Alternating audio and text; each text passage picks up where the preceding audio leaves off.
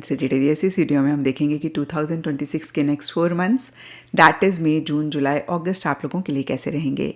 और अगर आप 2026 के फर्स्ट 4 मंथ्स या फिर लास्ट 4 मंथ्स के बारे में जानना चाहते हैं, दोनों ही वीडियोस के लिंक आपको नीचे डिस्क्रिप्शन बॉक्स में मिल जाएंगे। तो इन 4 मंथ्स को देखते हैं।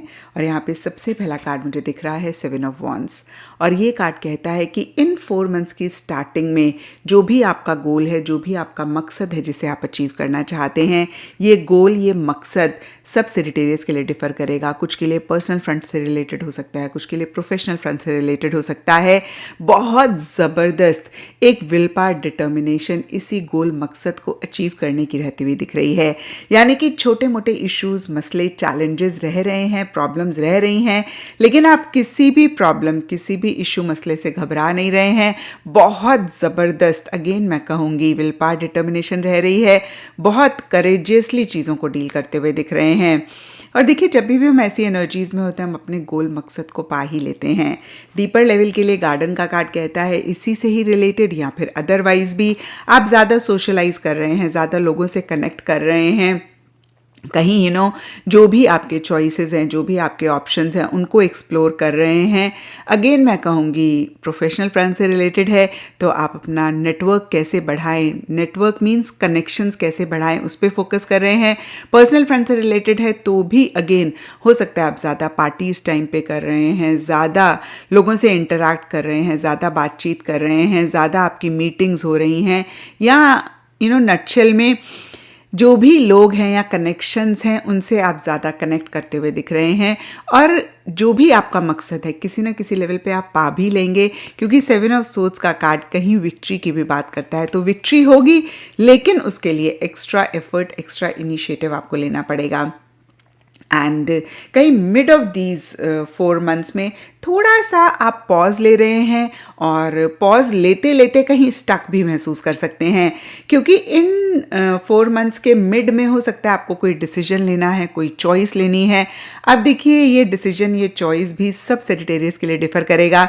कुछ के लिए पर्सनल फ्रंट से रिलेटेड हो सकता है, कुछ के लिए प्रोफेशनल फ्रंट से रिलेटेड हो सकता है, जहाँ पे अगेन आपको डिसीजन चॉइस लेनी पड़ रही है। और देखिए, आपको ऐसा महसूस हो सकता है सेजिटेरियस कि आप उस मकाम पे खड़े हैं, आप उस चौराहे पे खड़े हैं जहाँ पे आपको डिसीजन लेना है कि अब यहाँ से आप क्या डायरेक्शन लें, अब यहाँ से अपनी लाइफ को आगे आप किस दिशा में लेकर जाएं।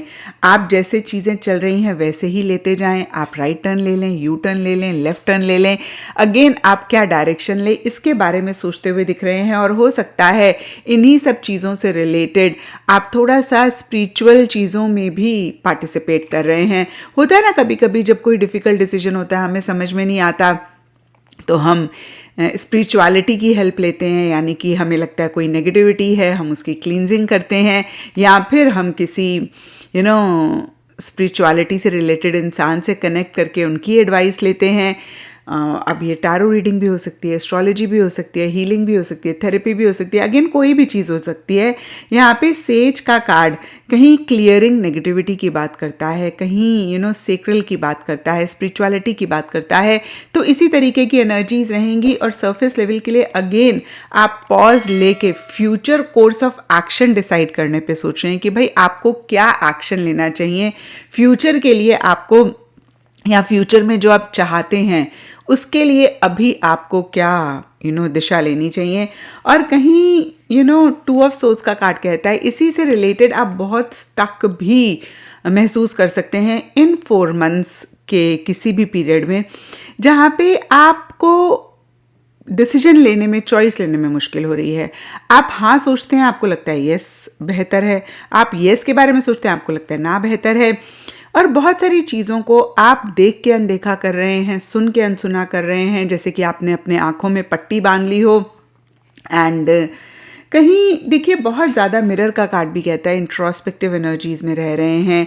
और यहाँ पर देखिए, ओवरऑल गाइडेंस के लिए यूथफुल फॉली का कार्ड भी आपको यही गाइडेंस देता है कि आपने सोच समझ के आगे बढ़ना है, आपने ओवर कॉन्फिडेंट नहीं होना, आपने इमेच्योरिटी से चीज़ों को नहीं डील करना, आपने बहुत मेच्योरिटी से चीज़ों को डील करना है। एंड देखिए, क्वीन ऑफ वॉन्ड्स रिवर्स का कार्ड कहता है एंथुजियाज्म एक्साइटमेंट थोड़ा सा लो रह सकता है एंड ऑफ दीज 4 मंथ्स में, और कुछ के लिए ओवर एंथुजियास्टिक हो सकते हैं, और ज़्यादा मुझे चांसेस दिख रहे हैं सेजिटेरियस कि आप ओवर एंथुजियास्टिक हो सकते हैं, क्योंकि नॉर्मली भी बहुत एक एंथुजियाज्म एक्साइटमेंट रहता है, बहुत पॉजिटिविटी के साथ चीज़ों को डील करते हैं। तो फिर से मैं कहूँगी यूथफुल फॉली का कार्ड आपको ये मैसेज देता है, आपको ये एडवाइस देता है कि ओवर कॉन्फिडेंट ना हो, ओवर ऑप्टिमिस्टिक ना हो। ऑप्टिमिस्टिक होने में बहुत बढ़िया है, पॉजिटिव होने में बहुत बढ़िया, लेकिन ओवर ना हो, संभल के चलें, इमैच्योरिटी से चीज़ों को डील ना करें। तो देखिए कुछ भी खराब इस टाइम पीरियड में नहीं होता हुआ दिख रहा, क्योंकि मेरे पास कोई भी नेगेटिव कार्ड नहीं है।